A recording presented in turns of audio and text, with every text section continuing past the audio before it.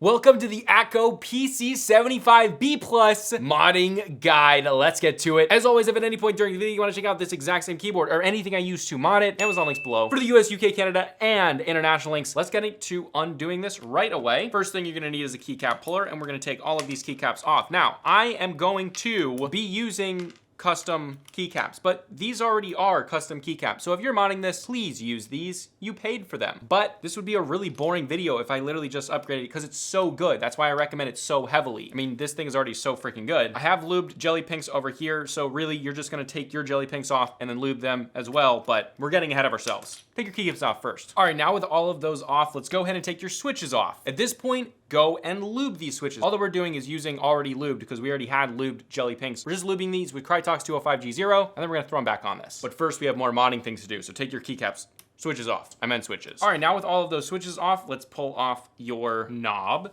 and then we are going to take apart the case. Now you're gonna do this by literally just putting your fingernails under this and just pulling up. Now this one is actually pretty easy to get off. The clips aren't too big and you're not gonna break anything. Get the middles up before you go for the corners, and it's pretty dang easy to get this thing off. And there we go, all off, and you have your top plate case thing. I don't know what this is, but we're taking it off. Okay, so now we just have the polycarbonate plate, which is very cool. It's kind of part of the whole design. Now, do make sure there are these rubber pieces. There are these little rubber pieces right there.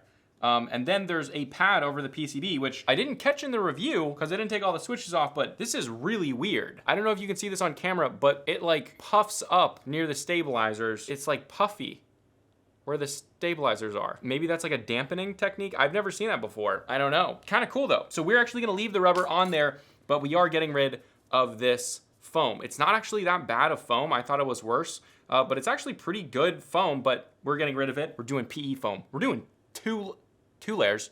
I guess technically we're doing 4 layers. We're gonna try it, see how it goes. All right, and then we have one screw right here to get this in. So unscrew that. And I don't believe we have any screws on the bottom. We do not. Yep, no screws on the bottom. Then lifting the PCB out. And there's the battery right there. Let's disconnect that. And there we go. We got the hot swap PCB. We got this rubber stuff on there, which I'm gonna keep on there.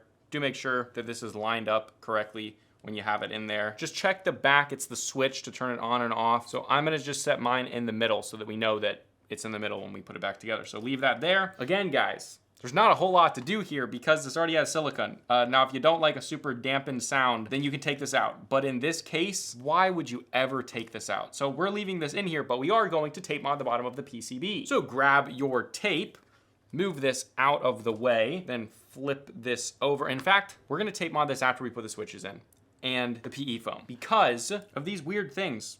I don't want to mess those up. So first what we got to do is take off our stabilizers, which I really don't want to mess with because they're quite heavily lubed. Also pretty tight in the plate, which is nice. So there was some rattliness going on, but they have these things pretty lubed up. I don't want to go into this, but we might have to. Let's see. So you can see there is a ton of grease and stuff in there. We might just try putting some dielectric grease on the wires. Grab yourself some toilet paper, open a little piece of it up, and we're just gonna wipe off the wires. And I am literally just going to do the wires and see how it sounds. If it sounds terrible and it feels terrible, then we're gonna redo it. But honestly, they were already tuned pretty dang good. I don't wanna have to redo all that and like wash these because these are seriously coated. So they're definitely gonna be harder to mod and clean. But we're gonna try it, see how it goes. Obviously, I'm gonna be very light with this because there's already a lot of grease inside of it. Then insert it right back in, turn it at a 90-degree angle, snap it in. That's what we're just gonna do for all of them. Let's see how it turns out. Hopefully good. All right guys, now we got all of the stabilizers done. Hopefully they're good. We're gonna go ahead and test them now. So insert them back into the board or the plate. Snap all those in. Now these are actually pretty dang tight in the plate, so you will not need to Band-Aid mod these. I guess you could, but they're already so tight. And I think that's to do with the plate, not actually the stabilizers themselves, but just that they made this plate tighter, which is cool. But these things are absolutely covered in grease. So just keep that in mind. Now, before we do anything, grab your PCB, and then we're just gonna lay this on top of it, grab a switch, push the switch in, and we're just gonna test them. Because if they need to be modified, it's easier to do it now than at the end when you're putting everything back together and you have to take all the keycaps off. So let's just do it now. Grab all your stabilizers, put them on, and then you can check if you over-lubed them or under-lubed them. I think these are pretty good. I'm honestly very lazy today, but I think these are good enough. So yeah, it worked out well, and I think that's pretty good. Let's move on. All right, now remove your plate again and set it down backwards. Grab your PE foam. Now we're using 4 layers of total of PE foam. This was actually thicker PE foam than this one. We're using 4 layers.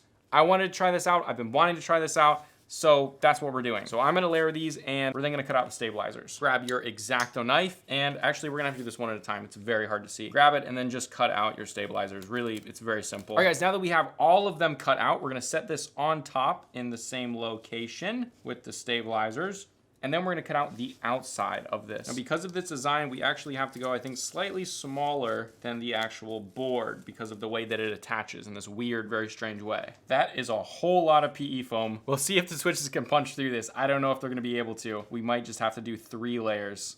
But we're gonna try it, guys. All right, guys, and there we go. Let's try putting it on here. Set down your PCB and then lay all of the layers down. Now, honestly, if you wanna do this realistically, probably just do 2 layers, but I'm trying to push it to 4. There we go. With all that set down and finagled in, we're gonna set down our plate, then take a switch and lock everything in. All right, guys, so after trying many attempts, first thing, you have to cut out standoffs right here and right there. Those are the only other 2 things. Now, I couldn't do 4 layers. It wouldn't punch through. 3 layers, it's barely working, but it is, so we're gonna do that. So go ahead and put all of your switches in. All right, guys, now that that's all done, let's tape mod the back of it now. And for this, I'm just using some sort of painter's tape. Now, some people like to do a bunch of different layers.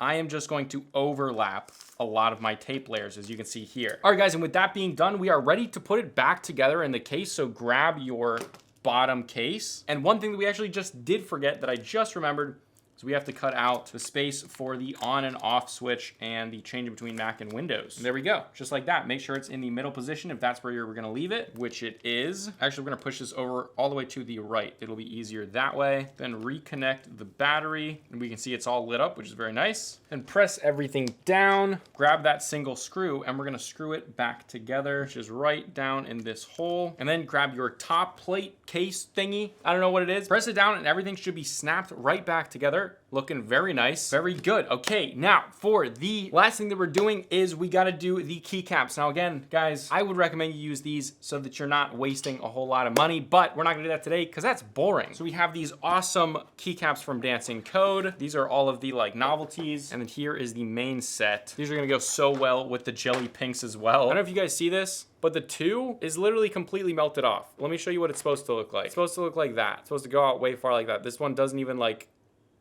So I don't know if I recommend this company. All right, guys, and there we go. Because the 2 is all messed up, I kind of put these in there to fix it. But honestly, the keycaps look really cool. And let's hear how this thing sounds. I honestly think it sounds really good. I kind of did a little bit of this. Yeah, it sounds a lot better than it did, although it sounded really good, totally stock. But take a listen to the full sound test. Again, if you want to check out anything I use or the keyboard itself, because it is a very good keyboard, there's Amazon links below for the US, UK, Canada, and international links. But take a listen to the sound test in 3, 2, 1, take a listen.